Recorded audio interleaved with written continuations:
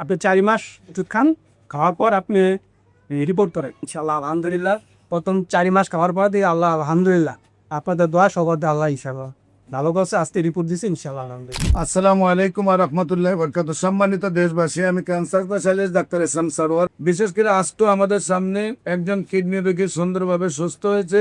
আমরা ওনার রিপোর্টগুলো আপনাদের সামনে তুলে ধরতেছি।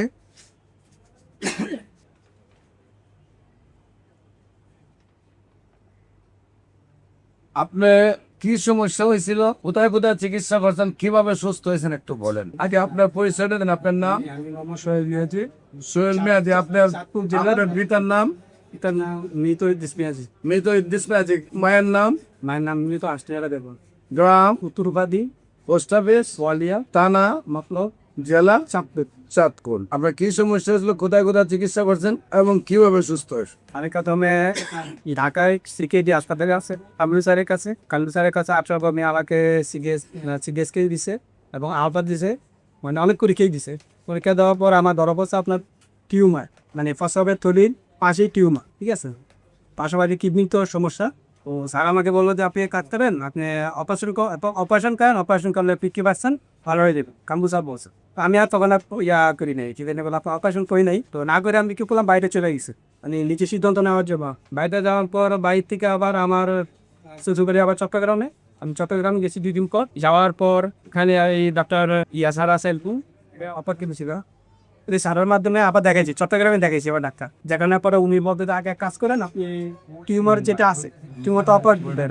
টিউমার অপারেশন করার পরে ভিতরে ভাইরাস কি আছে, ঠিক আছে, তবে তখন কিন্তু আপনি ওই কথা বলতে কি করার নাই। তখন আমি কি করলাম, ওই চট্টগ্রামে ন্যাশনাল হাসপাতালে টিউমারটা অপারেশন করলাম। স্যারের মাধ্যমে, স্যারের নাম্বার দিন আছে, ওনার মাধ্যমে অপারেশন করার পরে ওই যে অপারেশন করার পরে যে ভাইরাসটা, টিউমারের যে ভাইরাস, টিউমার যেটা, এটা ভাইরাস করার জন্য পরীক্ষা করার জন্য ল্যাবে দিছে, 3টা ল্যাবে দিছে, চট্টগ্রামে 3টা ল্যাবে গেছে।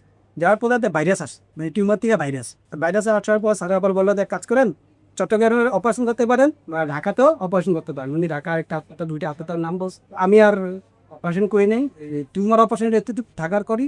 চট্টগ্রামে থাকার অবস্থায় আপনাদের ইয়েটা পাইছি, নেটে পাইছি, আপনাদের যে ইয়েটা নেটে পাইছি। পাওয়ার পর তখন আমি ভাইয়ের সাথে যোগাযোগ করি, ভাইয়ের সাথে যোগাযোগ, ভাই এই ব্যাপারে দেখো, ঠিক আছে, আপনি আপনার কাগজপত্রগুলো পাঠান। কাগজগুলো পাঠাবো, আমি দেখি যদি সম্ভব হয় আপনাকে আমি বলবো, যদি হয় তাহলে ট্রিটমেন্ট চলবো, আর যদি না হয় তাও আপনাকে দেবো। তারপর আমি সব কাগজপত্র ভাই দিছি, ডকুমেন্ট সব দিছি।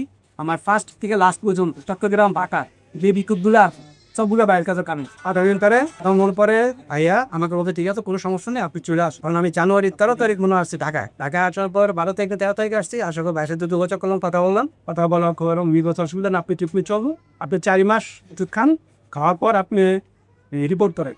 রিপোর্ট করে যদি আপনি দেখেন ভালো হয় আলহামদুলিল্লাহ, ভালো ইনশাল্লাহ ছিল। তারপর বাইরের কথা অনুযায়ী ইনশাল্লাহ আলহামদুলিল্লাহ প্রথম 4 মাস খাওয়ার পর দিয়ে আল্লাহ আলহামদুলিল্লাহ আপনাদের দোয়া সবার আল্লাহ ইনশাল্লাহ ভালো করছে। আজকে রিপোর্ট দিচ্ছে ইনশাল্লাহ আলহামদুলিল্লাহ। সম্মানিত দেশবাসী, তাদেরকে আমাদের অফিস ভিজিট করার জন্য আমন্ত্রণ জানাচ্ছি। পাশাপাশি যে কোনো প্রয়োজনে স্ক্রিনে দেওয়া নম্বরে যোগাযোগ করার জন্য আহ্বান জানাচ্ছি। সবাইকে ধন্যবাদ। আসসালামু আলাইকুম ওয়া রাহমাতুল্লাহি।